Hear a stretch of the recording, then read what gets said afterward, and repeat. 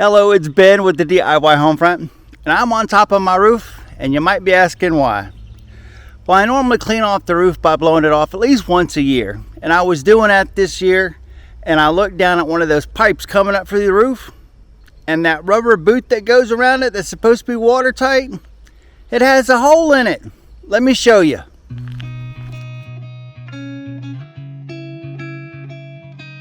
There we go. There is the rascal. And when I say rascal, I'm not talking about my dog. I was dumbfounded. Can you see? All the way around it is just, there's nothing there. What the heck? Well, I don't really want to replace the whole thing. It's got a hard plastic cover with this gasket that goes on top. And they sell these at the store. This is just the gasket that goes over. So I'm just going to put a new gasket on it and call it quits. Well, I'm sorry if the image is shaking a little bit. I'm trying to cut this gasket off with one hand and hold the camera in the other, and I'm not doing too good of a job of it.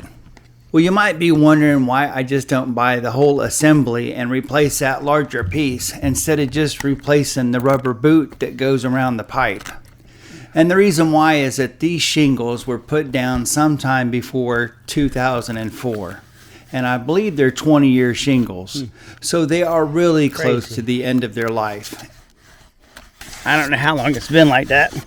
Probably a while. So this vent pipe is 3 inches in diameter. And these rubber boots are meant to be cut down to fit whatever pipe they go on. There's a 4 to cut at this line. And there's a 3 and you cut at this line. So I need to finish cutting around the edge at 3. So while I trim up this boot, let me go back to these shingles. So they're at the end of their life, and I'm afraid if I replace this thing, I'm just going to end up breaking or cracking a bunch of shingles, and I'll have a bigger job on my hand.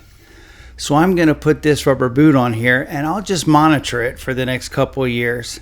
So if I get 3 or 4 years out of it, it has done its job. And if it keeps me from making a bigger mess and breaking a bunch of shingles and having to patch a big spot, that would be a good thing too. Normally it would just slide over the top.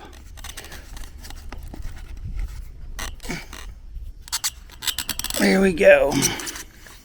And a few tugs later on that rubber boot, and I've got it down to cover where the holes were, and it's right next to the roof. Well, that is what I'm doing for now. I'll have to keep an eye on it when we have storms to see if the wind could ever get up there and blow it up or blow it off, but I don't think it will. Well, I wish I knew how long it's been like that, but I have no idea. There's no water damage or anything on the inside of the garage, in the ceiling or on the walls, so I'm not sure if it did get water in where it has gone to. But I'm glad I got it fixed, or at least I have a temporary repair. But thanks for watching. Like and subscribe, and I'll see you in whatever fix-it video we have next.